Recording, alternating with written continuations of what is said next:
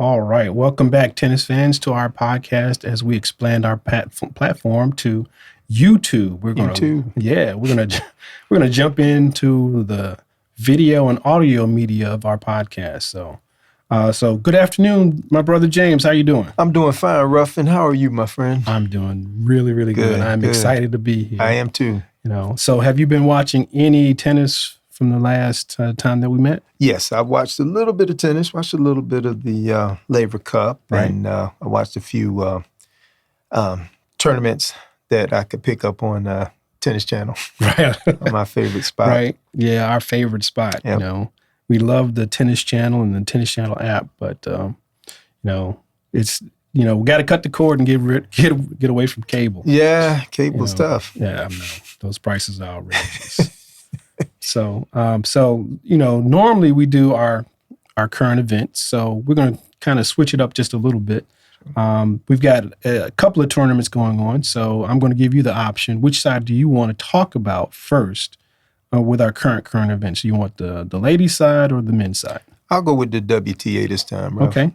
And we have a few tournaments. This time of year, everyone goes east. Right. So we have a lot of tournaments out in the eastern part of the world.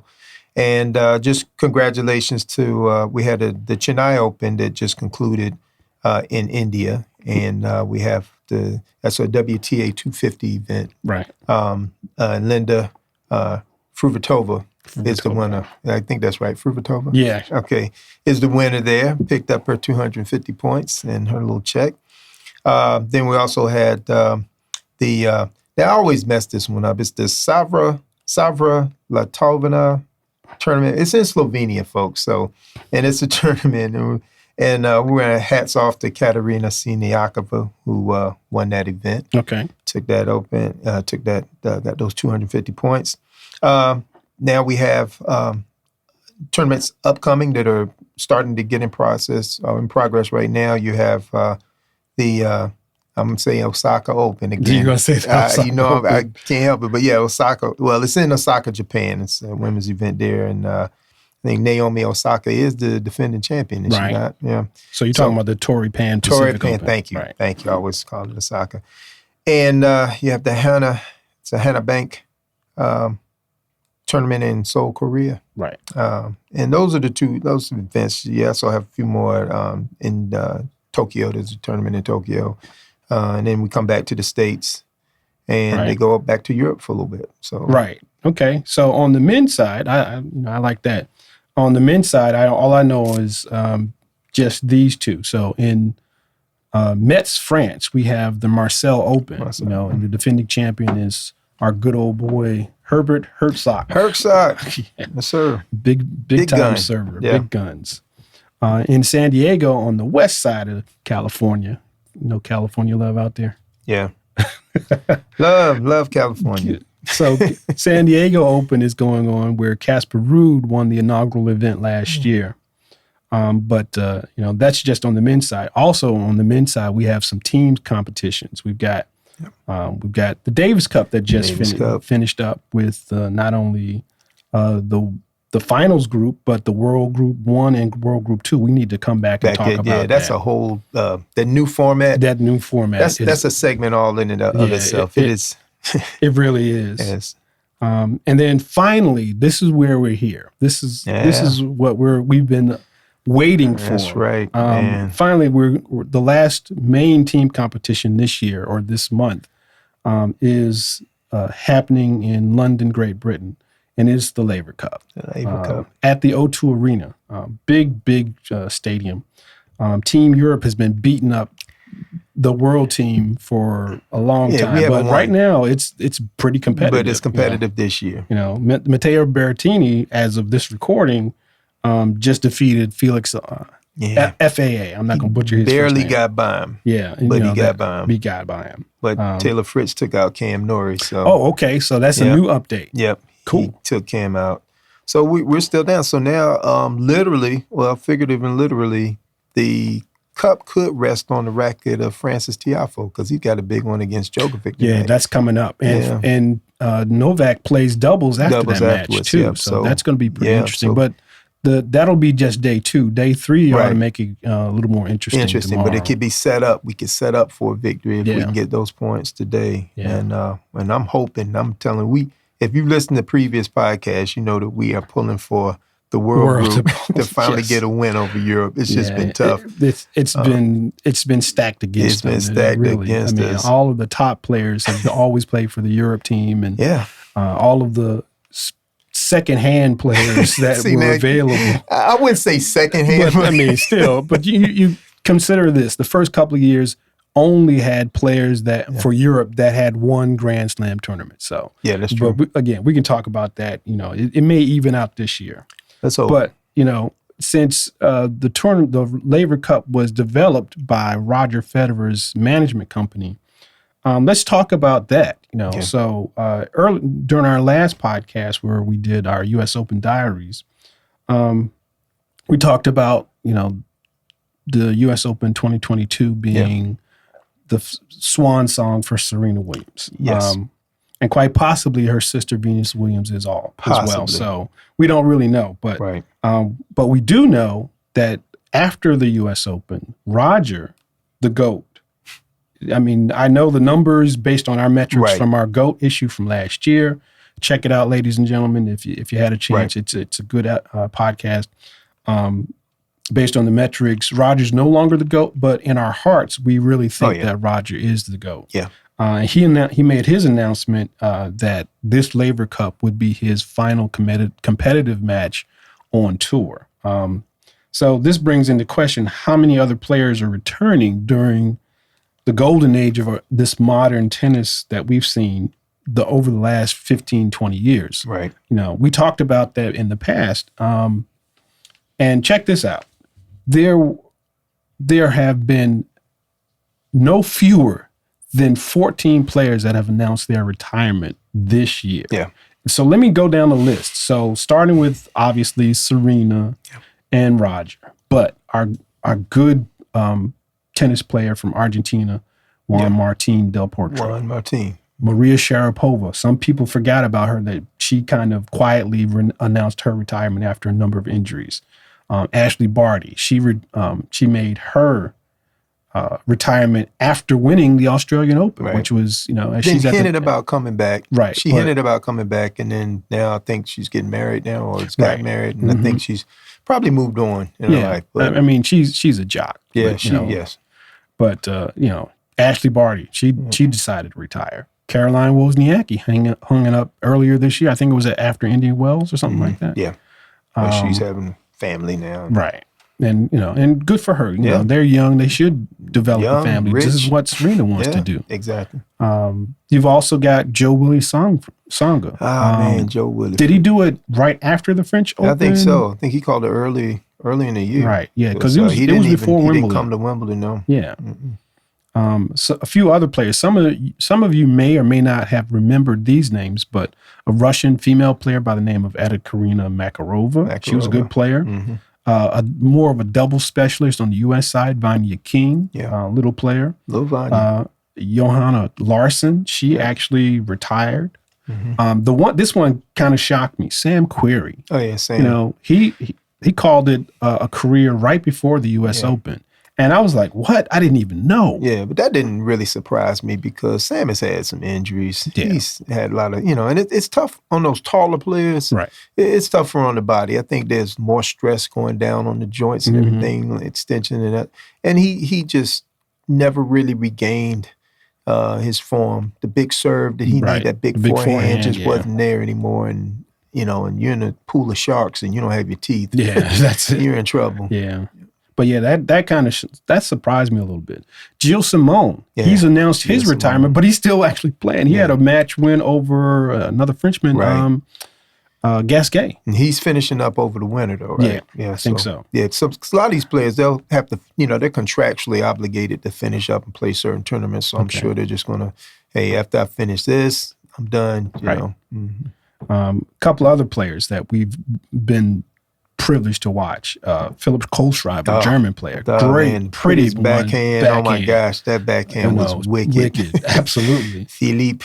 And Tommy Robredo, another part of the Spanish Yeah, Armada. Armada. Yeah, he's one of the. When they were winning Davis Cups left and right. Yeah. And one recent player on the women's side, Andrea Petkovic. Oh, Petkovic. She just announced her retirement at the end of August. Okay. So that was right before the U.S. Open. Mm-hmm. Didn't even know that. And I'm going to throw this one in there just as well. Ivo Karlovic. Even though Dr. Evo actually made his retirement official last year, it's still in that realm where, it was after the 2021 season. Usually it goes through what? After the Open, right before Davis Cup and the year-end tournament finals. You're pretty much done for the season unless you have other commitments. Right. And Evo, let me see. He's in his 40s now. And he was. He was an older player anyway. But, he represents to me that type of player.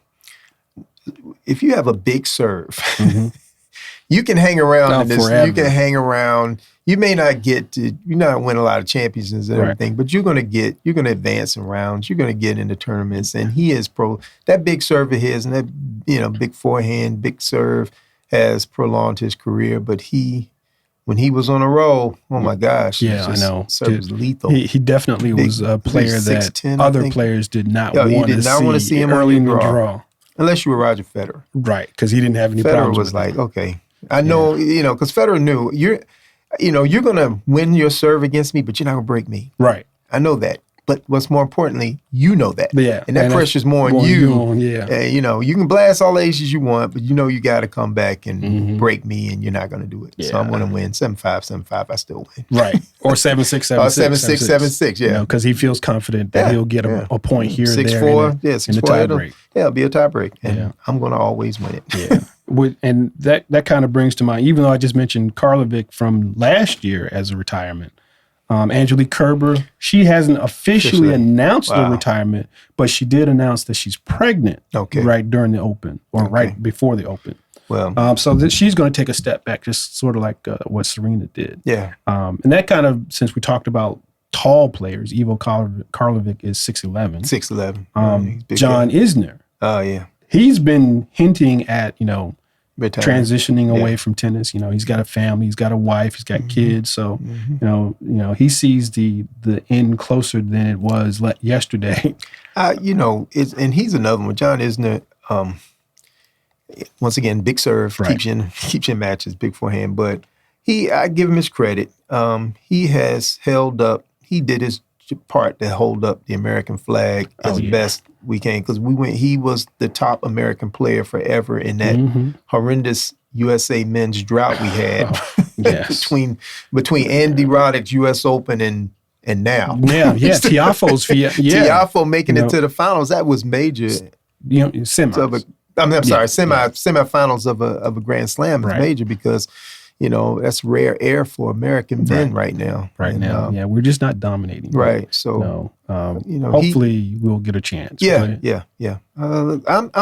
I feel like I think Tiafoe kind of cracked the door open. I think a lot of the younger American players see that and it's like, hey, maybe I can get in there too. So I'm hoping to want to see an American man, somebody get to a finals. Let's get to a finals first, and then maybe we'll get a title, and then consistently get to the finals or semifinals. Bring that U.S. Open title back. I would to the love States. to see one of our American men not only get to a finals, but actually win it. But, it may be a while. We've seen the future, and it is now in Carlos Alcaraz. But we're going to digress. We were there.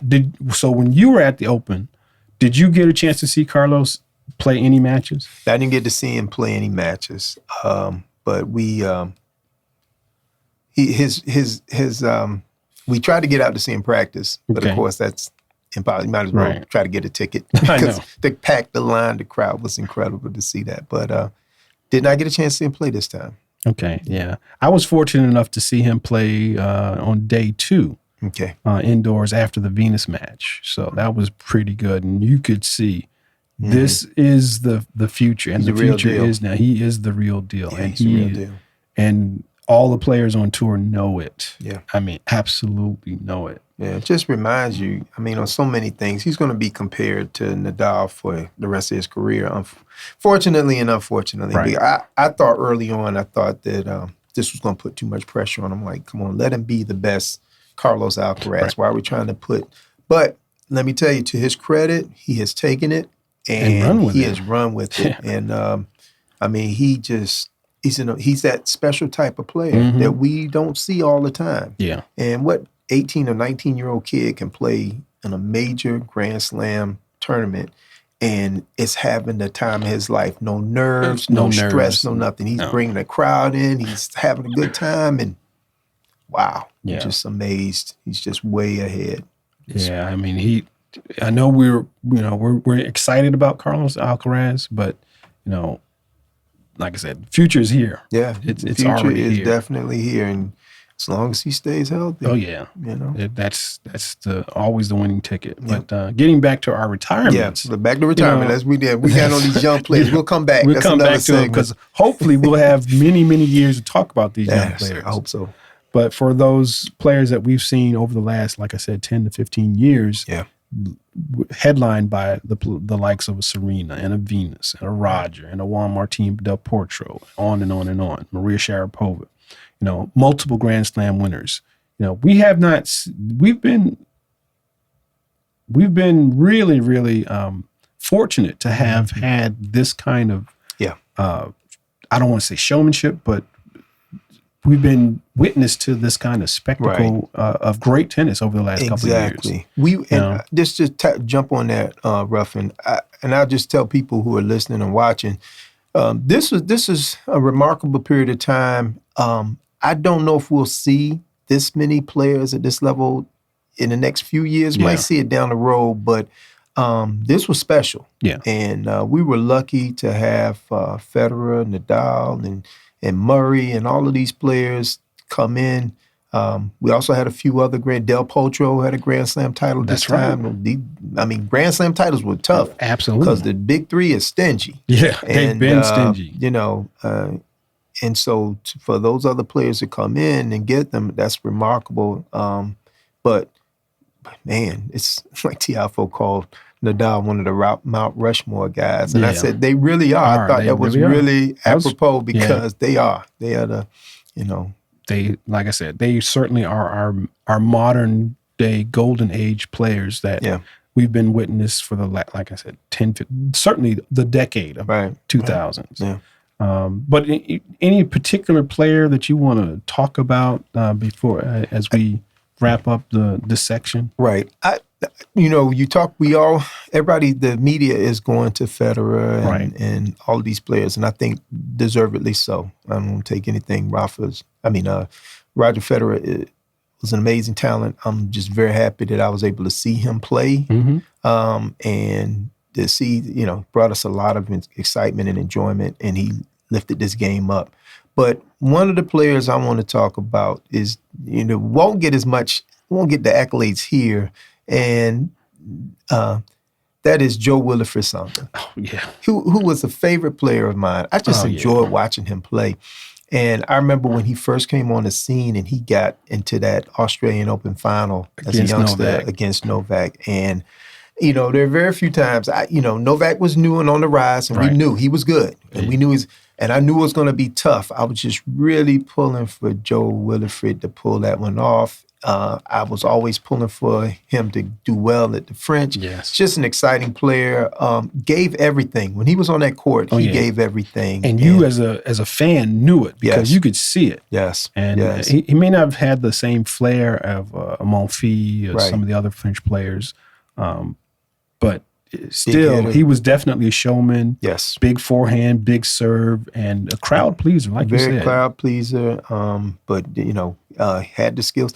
And when he came on the scene, he was hitting the ball off the cup. Oh, yeah. And I'll never forget when I did not know who he was. I knew, and then somebody said, well, at that time, he was one of the top junior players, and I got a chance to see him play at the U.S. Open very early in his career. And when I first said Tsonga, I was like, where is he from? This is somebody from South Asian, one of the islands out there. Right. Tsonga. And then we read his backstory, and then I got a chance to see him play as a young person. I was just like, man, this guy. I mean, you look at him physically, tall, strong. Strong. I was like, this guy resembles a boxer by the name of Muhammad Ali. Everybody, right. like a young Muhammad Ali. Yep. And but I thought, I said, this guy's going to be a good player. Right. He's going to be a good player, and enjoy watching him play. Wish he could have gotten farther in some of these grandsons. Yeah. But it doesn't happen for everybody. No. I mean, there's a lot of players, and most players don't get that far anyway. He's did well. He had a great career. He's going to have a nice family now. He's doing well in France. He's going, they know him and love him. And but he was one of the ones that when I saw him go, I would have liked to have seen him get to a quarterfinals or semis or maybe even a finals of the French, because I know that what that would have meant to the French crowd, but also to him and his career. I'd like to see that happen. Yeah, and the French players, the French Federation haven't seen a winner on the men's side since one of my favorite players, Yannick Noah. Yannick Noah. That's a long drought. That's a long drought. We complain about U.S., right? But that's even longer. Yeah, in France. That was in, I want to say 83, 84. Yeah, it was 83, I think. Yeah, 83. Yeah. And for those of you that don't know, he's the father of Noah from the basketball NBA player. Played for the. Did he play for the Celtics? No, he played for the Bulls. I know he played for Chicago Bulls. My bad. That's sacrilegious to Celtics fans and really. Bulls fans. Anyway, but but that's it. It's tough to see him go. Also, there's some other good players on that. The other freshman, Gilles Simon. I always liked watching him play. I liked him because he was skinny. Right. And I like to see these skinny guys out there battling. Skinny guys. We like to see the skinny guys out there battling. And he did, and he could keep the ball in play. That was his game. Counterpuncher, man, but getting everything back. Get everything back. The clean ball striker, and still causing problems now. Still causing problems for people. Yeah. You got to beat him. Yeah, and so those are a few that's on the men's side of that. And they have a great career, and I've enjoyed watching them. And they're going to have a great second life, whatever they're doing, coaching, whatever they do. Yeah. They're hopefully going to live the good life. Yep.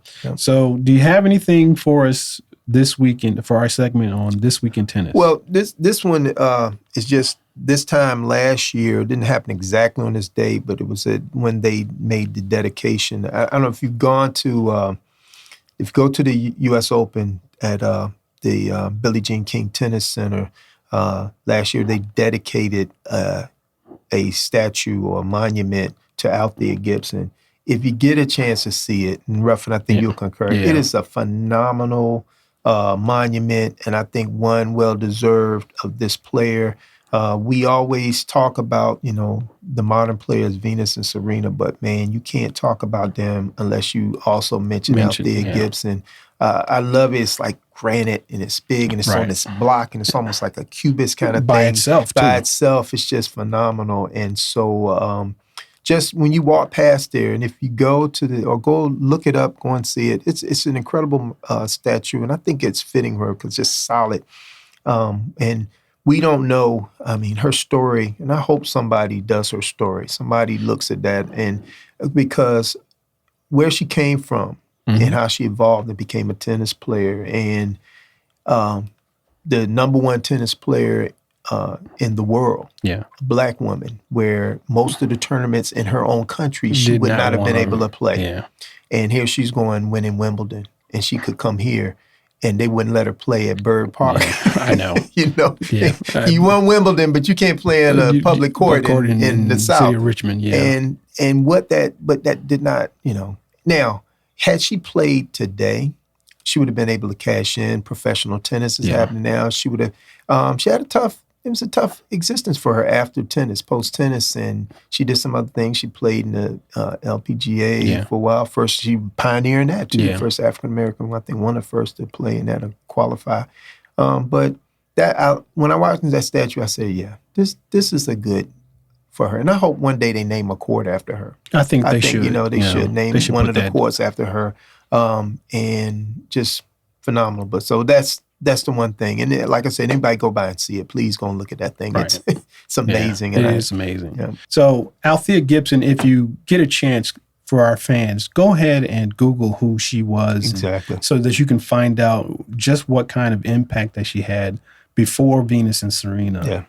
Because she was really an inspiration to a lot of black tennis players when she didn't have the same, I want to say, opportunities that her white counterparts would have had. But it was a different time and era. So hopefully, those struggles have led to where we are today. Yeah. Oh, most definitely. I mean, we're not where we should be, right? But we are better than we were. And also, too, I always find her significant too, because she was that conduit between black tennis that existed almost like a separate planet from the old USTA, because we're all USTA members, but 70 years ago we wouldn't have been. No, 50 years ago we wouldn't have been. It probably would have been straight the ATA. Yeah, ATA, and that was that kind of. She let everybody know that, hey, those people in ATA, they can play tennis too. Right. They can play tennis too, and so that's another reason why she's significant for many reasons. But well, cool. Well, that about does it for this episode. So fans, if you wouldn't mind, again, send us your comments. Hit us up at which shot do you want at gmail.com. That's WSWD at tennis at gmail.com or WSDW. Oh gosh, I never remember my own. It's WSDYW WSDYW on Twitter. Hashtag WSYDW on Twitter, on Instagram at WSDYW tennis, and again our email at WSDYWtennis@gmail.com. And we welcome all comments. Yes, if you like us, tell us you like us. If you don't, tell us that too. Let us know anything. We just want to hear from you, and we want to keep that communication with everybody out there who's watching us and like what we do. Right. So until next time, go hit a tennis ball. Hit that tennis ball. We going out soon, right? Yep. Let's go.